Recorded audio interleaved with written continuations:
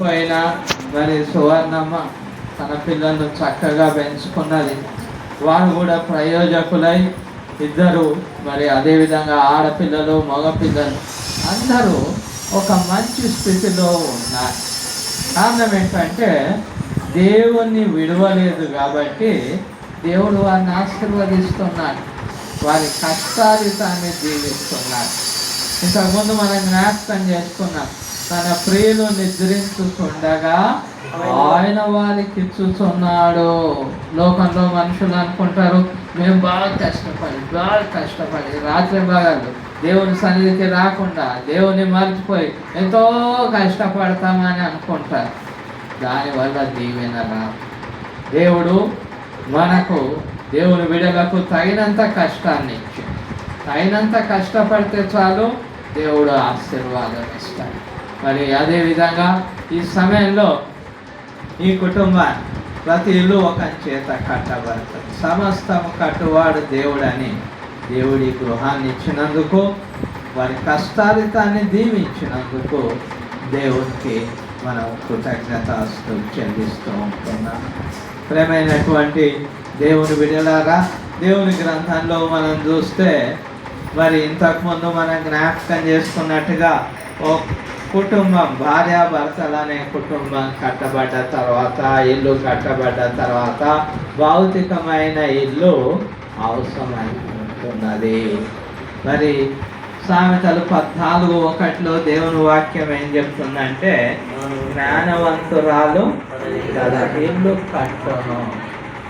మొదలు ప్రేమైన దేవుని బిడ్డలారా, కుటుంబం కట్టబడాలి అంటే పిల్లలు, భార్య, భర్త కట్టబడాలి. ఏ విధంగా కట్టబడాలి? క్రీస్తులో కట్టబడాలి. ఎఫెసీ పత్రిక 2వ అధ్యాయం 20వ వచనంలో చూస్తే, క్రీస్తు యేసే ముఖ్యమైన మూలరాయి అయి ఉండగా ప్రవక్తలను అపోస్తలను వేసిన పునాది మీద మీరు కట్టబడి ఉన్నారు. ఆ కుటుంబము క్రీస్తు యేసు మీద కట్టబడాలి. జ్ఞానవంతురాలు తన ఇల్లు కట్టును అన్నారు. సరితమా నమ్మకమైన దేవుని బిడ్డ మరి చూసినట్టయితే శోభమ్మ, సరితమ్మ వారి పిల్లలను చాలా భక్తిగా పెంచుకున్నారు. మరి లిడియా, స్టెఫెన్ కూడా, సైమన్ కూడా చాలా భయభక్తులు కలిగిన వారు, దేవుని వాక్యాన్ని ప్రేమించినటువంటి వారు. కాబట్టి చక్కని కుమార్తె, కుమారుడు దేవునిలో ఉండడం ఆశీర్వాదం. వీళ్ళారా, లోకరీతిగా ఎంత ఘనులైనా, గొప్పవారైనా, ధనవంతులైనా దానికంటే శ్రేష్టమైనది దేవుని బిడలుగా ఎదగడం, బ్రతకడం. అది ఆశీర్వాదకరం. కాబట్టి తన బిడ్డను చక్కగా పెంచిన సరితమ్మను మరి జ్యోతి ప్రకాష్ను నేను అభినందిస్తున్నాను. ఎందుకొరకనంటే క్రీస్తులో కట్టబడితే పిల్లలు దీవించబడతారు, కుటుంబానికి ఆశీర్వాదం వస్తూ ఉంటున్నది. మరి ప్రకాష్ కూడా దేవుణ్ణి ప్రేమించినటువంటి వారు. పిల్లరా, మరి ప్రకాష్ విషయం చూస్తే అనేక సార్లు దేవుని పనిని ప్రేమించి సహాయం చేసినటువంటి వాడు. మరి ఇలాంటి మైకును ఒకటి దీనికంటే పెద్దది చాలా కాలం క్రితం ప్రకాష్ దేవునికి ఇచ్చాడు. చాలా కాలం మేము వాడినేమో, దాని సర్వీస్ అయిపోయి. అంతేకాకుండా మరి క్రిస్మస్ అప్పుడు కొన్నిసార్లు విలువరాళ్ళ చీరలను తెచ్చిచ్చినటువంటి కుటుంబమై ఉంటున్నది. కాబట్టి ప్రియులారా, దేవుణ్ణి ప్రేమిస్తే మరి మనం ఆశీర్వదించబడతాం. దేవుణ్ణి ప్రేమిస్తే ఆ కుటుంబాన్ని దేవుడు దీవించి ఆశీర్వదిస్తాడు. కాబట్టి ఈరోజు ఈ విధంగా ఈ కుటుంబాన్ని దేవుడు దీవించిందంటే మనమందరం కూడా దేవుణ్ణి ప్రేమించడానికి, స్థిరంగా ఉండడానికి నేర్చుకోవాలి. నామకార్థమైనటువంటి క్రైస్తవ్యం కాకుండా దేవుణ్ణి ప్రేమించే క్రైస్తవ్యంగా, దేవుణ్ణి ప్రేమించే బిడ్డలుగా ఉండాలా.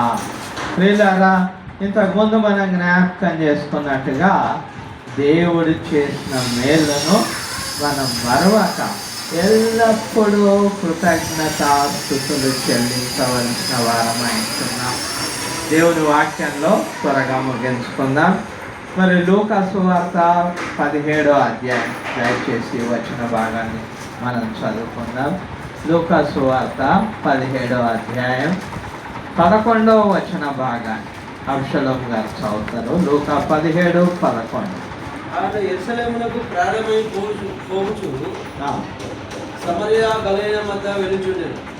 ఆయన గ్రామానికి వెలుచుండగా 10 మంది కుష్ఠరోగులు ఆయనకు ఎదురు వచ్చి దూరంలో నిలిచి, యేసు ప్రభువా, మమ్మల్ని కరుణించమని కేకలు వేసి, ఆయన వారిని చూచి, మీరు వెళ్ళి మిమ్మల్ని యాజకులకు కనపరచుకుని వారితో చెప్పింది. 16వ వచనం.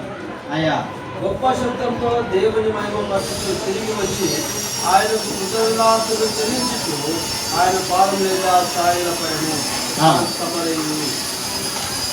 అందుకు యేసు 10 మంది శుద్ధులైరి కారా, ఆ 9 ఎక్కడ?